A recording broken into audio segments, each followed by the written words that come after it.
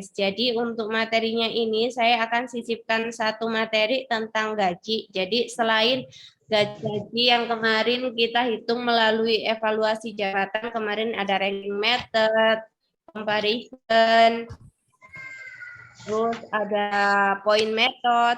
Ini kita akan membahas tentang materi berupa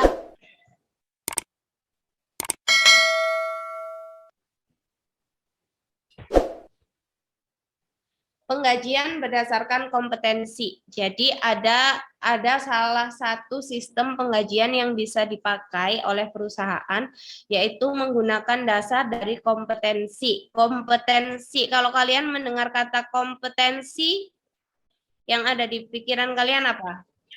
Persaingan. Tingkat pendidikan. Kualifikasi. Kompetensi. Kualifikasi. Persaingan, tingkat pendidikan. Sandy, kamu tidak terpikir apa-apa ketika mendengar kata kompetensi?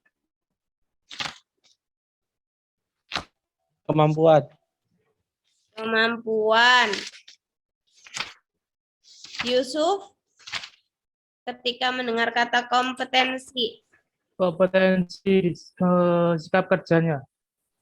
Sikap kerjanya. Jadi kompetensi di sini adalah sistem penggajian yang didasarkan pada prestasi kerja, pada kemampuan kerja karyawan, pada keahlian kerja karyawan, atau pada kinerja karyawan yang dititik beratkan pada prestasi kerjanya. Jadi ada satu sistem penggajian yang bisa kalian pakai. Bukan hanya berdasarkan cuman keahliannya aja, cuman dilihat dari standar pendidikannya, bukan. Tetapi ini lebih menitik beratkan pada prestasi kerja yang dilakukan oleh karyawan. Penggajian berdasarkan kinerja, penggajian berdasarkan kompetensi atau dikenal dengan merit-based pay merupakan penggajian dengan pemberian imbalan yang dikaitkan dengan prestasi kerja seseorang atau prestasi kerja yang telah didapatkan melalui penilaian kinerja secara periodik oleh organisasi. Jadi kenapa ini saya sisipkan? Karena biar nyambung sama materi kita, yaitu evaluasi kinerja dan kompensasi. Nah, merit pay ini penggajiannya berdasarkan evaluasi kinerja dari masing-masing karyawan untuk memenuhi asas keadilan dalam pemberian kompensasi.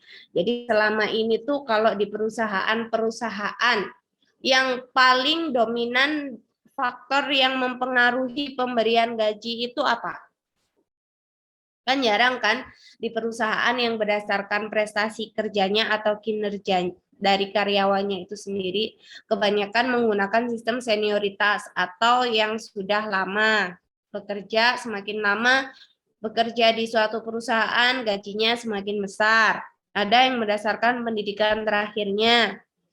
Kalau menurut kalian, atau menurut pandangan kalian, selama ini yang lebih dominan mempengaruhi gaji di lingkungan perusahaan itu apa? Senioritas. Senioritas, Bu. Senioritas. Pengalaman kerja? Kalau di tempat saya tergantung ijazahnya, Bu. Berarti tergantung pendidikan terakhir. Biarpun baru masuk 2 bulan, kalau pendidikannya adalah S2, gajinya akan lebih besar daripada yang udah masuk 5 tahun tapi pendidikannya S1. Iya. Kalau tempat saya indeks KPI. Indeks KPI. Oke. Ada lagi?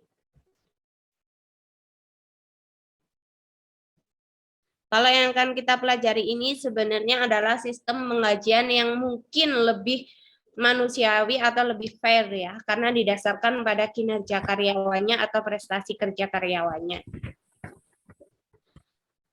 Pengertian dari merit pay atau performance based pay yaitu kata merit berasal dari bahasa Inggris yang memiliki arti jasa, manfaat, serta prestasi. Dengan demikian, merit pay merupakan pembayaran imbalan yang dikaitkan dengan jasa atau prestasi kerja seseorang atau manfaat yang telah diberikan karyawan kepada organisasi. Jadi penggajian ini benar-benar didasarkan kepada hasil kerja kalian atau apa yang sudah bisa kalian berikan untuk perusahaan atau kinerja kalian dan prestasi kerja kalian.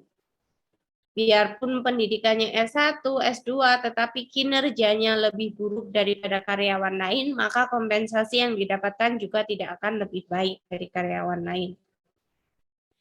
Manfaat merit pay berdasarkan pandangan yang digunakan memiliki manfaat diantaranya mendorong tingkat rata-rata motivasi kerja individu. Mengapa pembayaran merit pay, menggunakan sistem merit pay bisa mendorong tingkat rata-rata motivasi kerja individu? Karena perhitungannya berdasarkan hasil kerja atau prestasi kerja, Bu.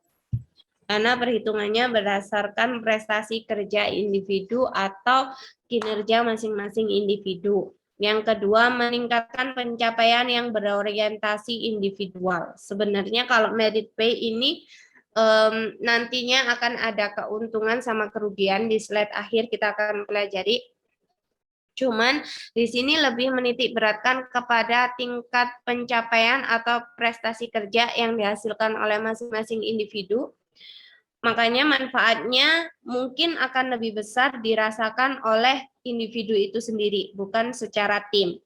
Dan manfaat yang selanjutnya bisa kita lihat di sini yaitu untuk mempertahankan penilaian yang tinggi bagi karyawan yang memiliki kinerja tinggi. Selama ini yang kita lihat di perusahaan, misal dilihat dari perusahaan yang tempat kerjanya Lia Kartika. Di sana menitik beratkan kepada pendidikan terakhir karyawannya. Jadi even dia cuma masuk baru 2 bulan, tetapi pendidikannya itu sudah S2, gaji yang didapatkan lebih besar daripada teman-teman lain yang lebih dulu masuk, tapi tingkat pendidikannya ada di bawah dia. Gitu. Kalau di merit pay ini enggak. Jadi siapa yang memiliki kinerja tinggi itu yang diberikan kompensasi tinggi. Next, tujuan penggajian menggunakan merit pay yang pertama yaitu untuk meningkatkan motivasi kerja karyawan karena sistem penghargaan yang berupa bonus, insentif, hadiah atau apapun namanya dapat memotivasi karyawan untuk meningkatkan kinerja mereka. Mempertahankan karyawan yang kompeten untuk bertahan di perusahaan. Mengapa selama ini banyak karyawan-karyawan kompeten itu tidak bisa bertahan lama di perusahaannya?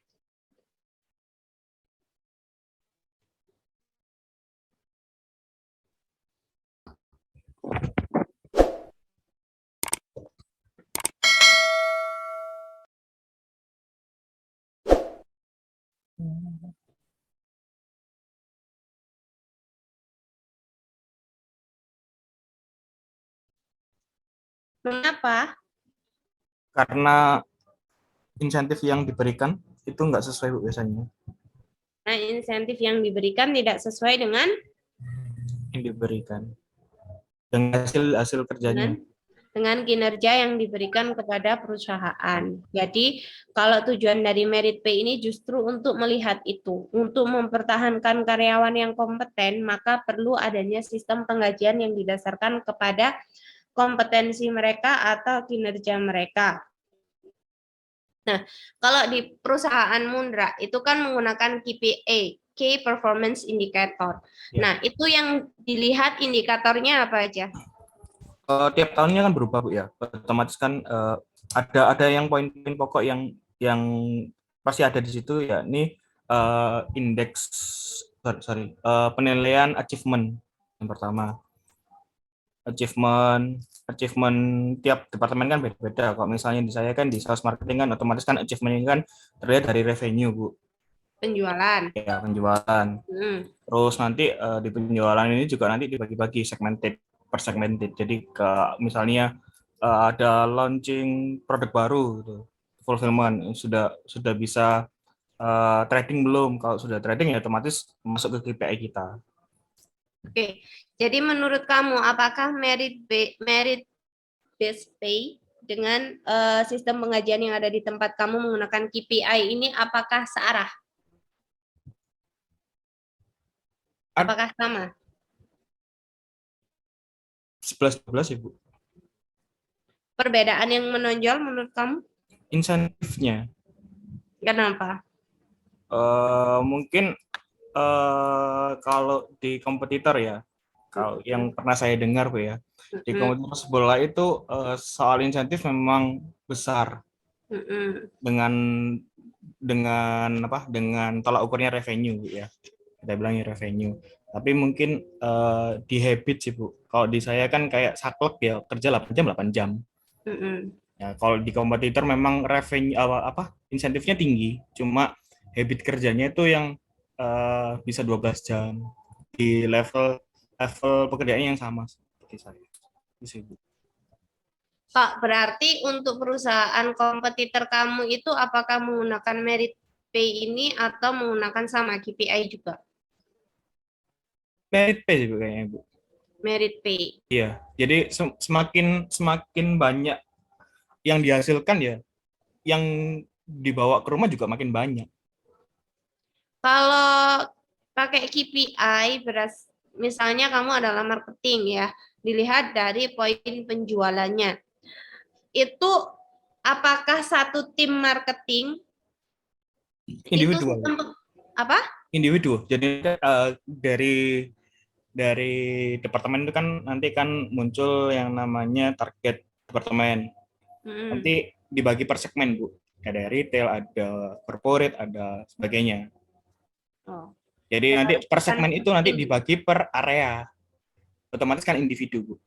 Oke. Jadi meskipun misalnya saya dan teman saya mungkin sama-sama jabatannya sales corporate gitu. Tapi secara targetnya itu beda. Oke, jadi kalau dilihat dari penjelasan Indra, dilihat dari tadi apa yang disampaikan oleh Lia Kartika sampai sejauh ini, sampai kita lihat dari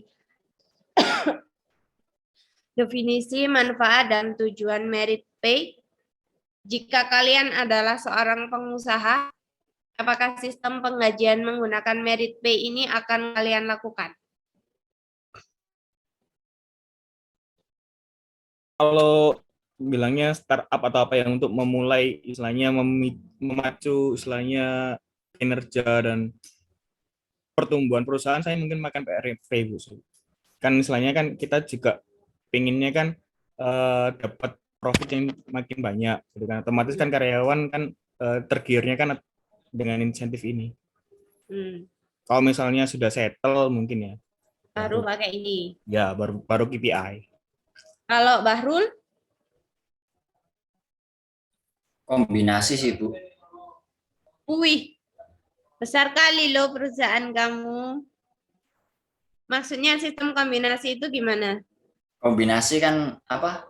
Nanti ada GP-nya berapa, habis itu juga kombinasi sama merit pay kan bisa, kalau apa? Seumpama kan masih training, itu belum tentu kan dapat apa? Seperti hasil yang banyak atau apa. Itu kan masih dapat GP. Dan kalau untuk yang sudah training atau mahir kan nanti ada GP sama insentifnya itu, Bu. Jadi kalau kamu nanti akan menggunakan dilihat dulu dari kinerja karyawannya, juga dilihat dari compensable factor-nya. Ya, Bu. Kalau Sandy, gimana Sen? Sejauh ini? Pakai merit pay aja. Oh, kenapa pakai merit pay aja? Ya, supaya motivasinya ada. Supaya motivasi masing-masing karyawan itu ada. Ya. Oke, boleh. Semuanya tergantung dari perusahaan masing-masing, tinggal dilihat dari perusahaannya bergerak di bidang apa ya. Kalau misalnya kayak Indra, kalau cuma dilihat dari kinerjanya aja kan ada beberapa perusahaan itu membutuhkan dalam pencapaian target itu membutuhkan kinerja tim. bukan cuman kinerja secara individu. Jadi kalau untuk merit pay ini memang benar-benar ditujukan untuk melihat kinerja atau prestasi kerja masing-masing individu. Kalau untuk di perusahaan besar, baiknya menggunakan yang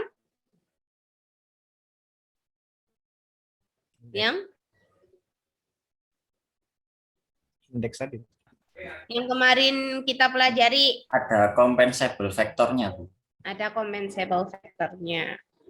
Next, tujuan lain dari merit pay yaitu memenuhi harapan karyawan terhadap imbalan yang diterima dari organisasi, memenuhi keadilan, meningkatkan kepuasan karyawan. Merit based pay membantu pengusaha membedakan antara kinerja karyawan dengan kinerja tinggi dan rendah dan memberi penghargaan atas kinerja para pegawai yang lebih tinggi. Jadi kalau tujuan lain dari merit pay ini adalah ini.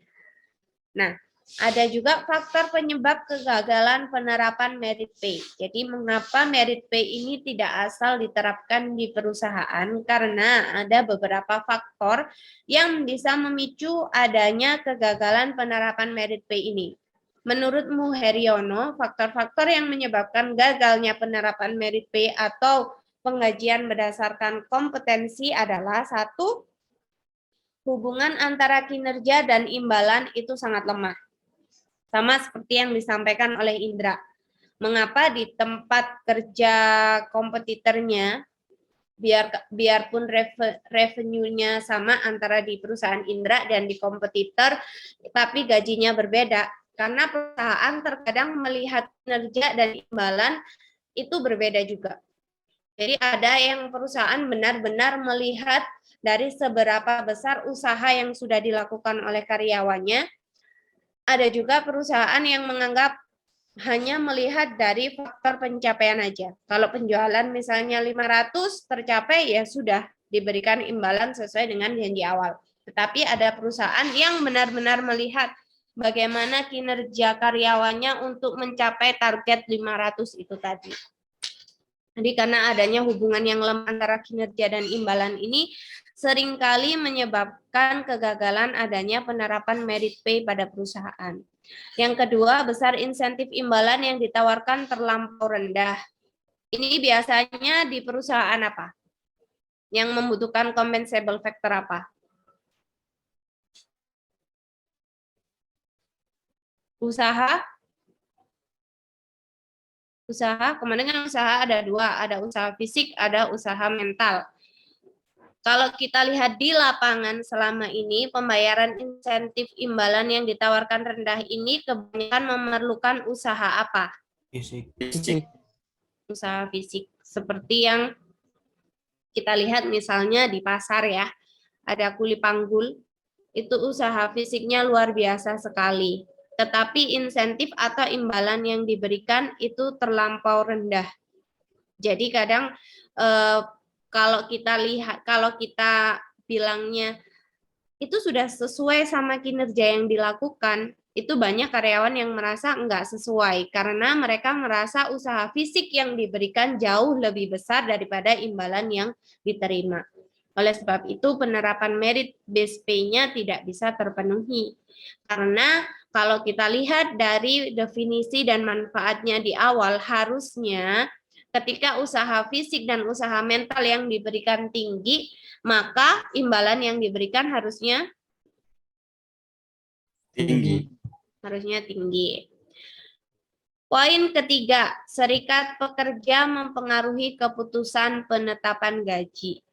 Jadi banyak sekali ya serikat-serikat pekerja. Ini nanti di awal tahun pasti ada demo lagi, nuntut gaji lagi.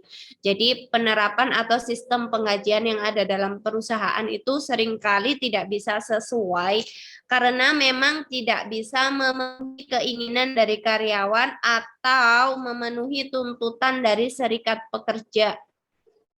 Jadi biarpun kita gajinya sudah sesuai kinerja, kita anggap sudah sesuai dengan usaha yang diberikan pada perusahaan, tetap saja ada tuntutan dari serikat pekerja untuk lebih menaikkan lagi imbalannya.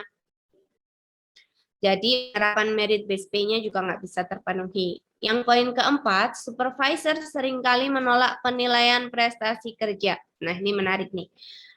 Mengapa seringkali di perusahaan-perusahaan itu supervisor, manajer, atau pimpinan divisi seringkali menolak penilaian prestasi kerja?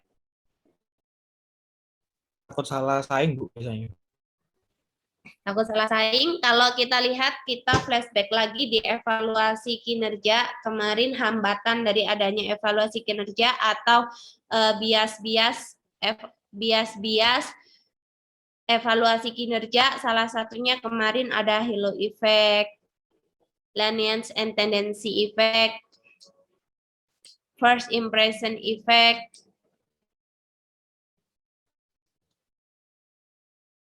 lenience and tendency effects ini berhubungan dengan poin 4. Supervisor seringkali menolak penilaian terhadap prestasi kerja karyawan.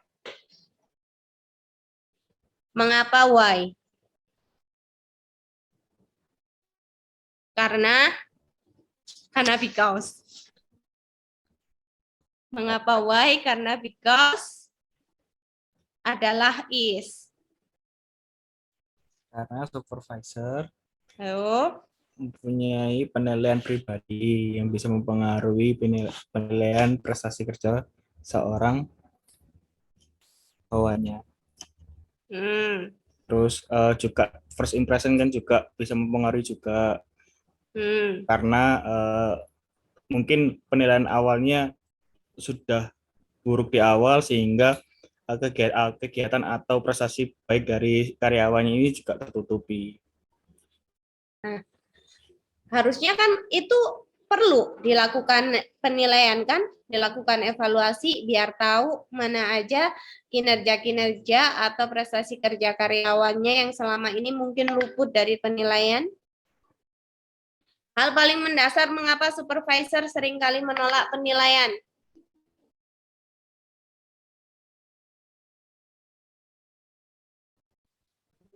Mungkin itu, Bu. Supaya kerjasama timnya itu lebih ada. Karena kalau ada penalti kerja itu nanti ini dinilai baik, yang satunya iri gitu. Jadi nilainya sama semua. Kalau nilainya sama semua berarti yang dirugikan adalah? Yang kerjanya bagus. Iya, berarti kembali lagi yang dirugikan adalah? Karyawan. Karyawan dong. Supervisor seringkali menolak penilaian prestasi kerja karena dia menganggap dia tidak ingin di bawah kepemimpinannya karyawan tersebut terlihat buruk. Jadi, kenapa seringkali ditutupi, seringkali menolak dilakukan penilaian kinerja? Karena gunanya itu, seperti apa yang disampaikan Sandi, agar semuanya terlihat sama. Karena takutnya ketika nanti ada beberapa karyawan yang memiliki kinerja yang buruk atau bahkan lebih banyak karyawan yang memiliki kinerja yang buruk, akan dilakukan penggantian terhadap pimpinan perusahaan atau pimpinan divisi. Karena dianggap di bawah naungannya karyawan tidak dapat berkembang atau tidak bisa memiliki kinerja yang baik. Oleh sebab itu seringkali kan banyak pimpinan yang menolak dilakukan prestasi kerja. Kalau di tempat kalian apakah seperti itu? Kalau tempat saya ada penilaian cuma katanya disamakan semua. Wah, kalau itu kerjanya bagus enggak ya sama C, B gitu. Biasanya C semua, Bu. C semua. Ya. Jadi ambil jarak aman. Iya. Terus kamu seringnya dapat apa, Sen? Ya C, Bu, semuanya C, Bu, katanya. Kata yang pernah megang kertasnya, Bu. C semua, Bu. C semua. Karena alasannya? Ya, itu tadi. Kalau ada yang buruk ya Biar takut tidak terlihat. diganti. Ya. Jadi supervisornya biar terlihat baik-baik aja gitu ya. Ya. Oke, poin yang kelima, kenapa merit based pay ini seringkali gagal diterapkan di perusahaan ya karena ada timbul permasalahan anuitas karena pada saat pembayaran merit pay berdasarkan kinerja yang lalu dan memungkinkan individu yang sebelumnya produktif menjadi merosot untuk beberapa tahun dan tetap mendapatkan gaji yang tinggi. Jadi dirasa kenapa sih pembayaran berdasarkan kompetensi itu nggak bisa dilakukan karena adanya permasalahan anuitas. Jadi, ada kan beberapa perusahaan itu melihat misalnya dari hasil evaluasi kinerja beberapa tahun dinilai karyawan tersebut memiliki kinerja yang bagus. Tetapi setelah beberapa tahun mengalami penurunan, hal itu tidak bisa dibaca. Pada akhirnya karyawan tetap mendapatkan gaji yang tinggi padahal kinerjanya sudah berbeda dengan tahun sebelumnya. Berarti poin 5 ini ada hubungannya sama poin keberapa?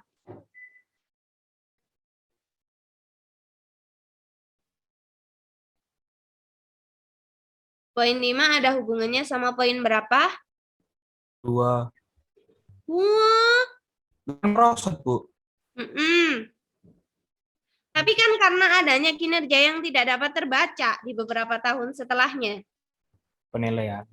4. Nah, Yang keempat, poin 4. Jadi karena adanya supervisor yang seringkali menolak dilakukan penilaian kinerja karyawan, pada akhirnya di tahun-tahun tertentu kemerosotan kinerja karyawan tidak dapat terdeteksi. Sehingga gaji yang diterima masih sama aja. Padahal Sandy tahun ini kerjanya berantakan karena lagi patah hati, tapi gajinya tetap sama aja. Ini adalah salah satu contoh kegagalan penerapan merit pay. Nah, sekarang sudah sampai di bagian penutup. Setelah kita mempelajari beberapa slide yang enteng barusan, berarti menurut kalian poin 1 nggak salah. Menurut kalian keuntungan dari adanya pemberian gaji berdasarkan merit pay atau berdasarkan kompetensi adalah Meningkatnya kompetensi antara karyawan. apa? Kayak Tuh, semakin timbul persaingannya gitu loh, Bu, untuk menjadi karyawan yang lebih baik. berarti bisa mendorong Produktivitas karyawan.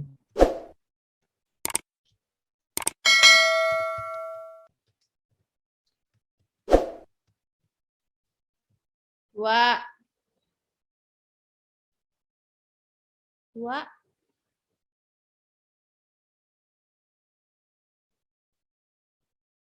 ini keuntungan ya. Daripada dikerjakan jadi tugas, ini kalian mungkin tidak akan mengerjakan. Jadi mari kita bahas bersama-sama. Meningkatkan daya saing. Meningkatkan Daya daya saing antar individu atau karyawan. karyawan. Oke. Berarti kerugiannya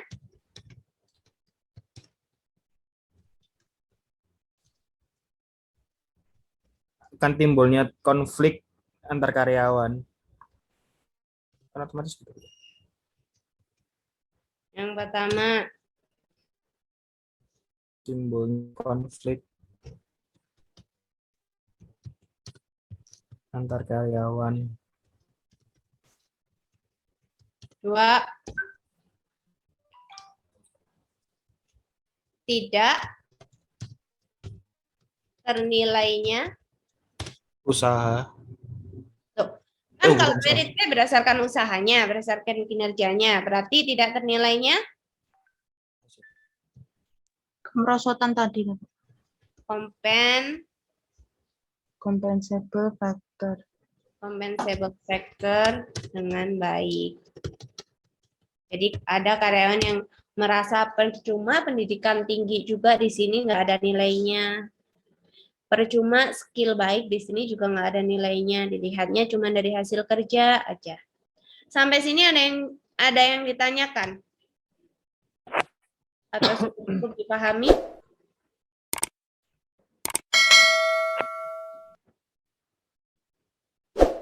Adakah yang ditanyakan? Belum ada. Belum ada. Oke, kalau belum kita absen karena sudah jam 7 lebih. Saya sampai jam 7 kan ya? Iya, Bu. Ya, Bu. 1, 2, 3. Oke, terima kasih untuk pertemuan malam hari ini. Semoga apa yang kita pelajari bisa bermanfaat untuk kita semua. Nanti untuk materinya setelah saya revisi beberapa sesuai dengan pembahasan kita tiap minggu akan saya share di grup biar kalian bisa pelajarin sebelum nanti UAS. Sekali lagi UAS nanti memang pilihan ganda, tetapi mungkin akan lebih banyak dari jawaban-jawaban itu yang saya ambil dari pembahasan kita tiap minggu.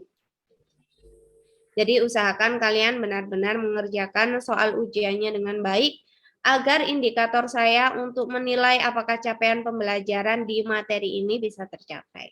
Sekali lagi terima kasih, selamat melanjutkan ke materi berikutnya. Mohon maaf apabila ada salah-salah kata. Assalamualaikum warahmatullahi wabarakatuh. Waalaikumsalam warahmatullahi wabarakatuh.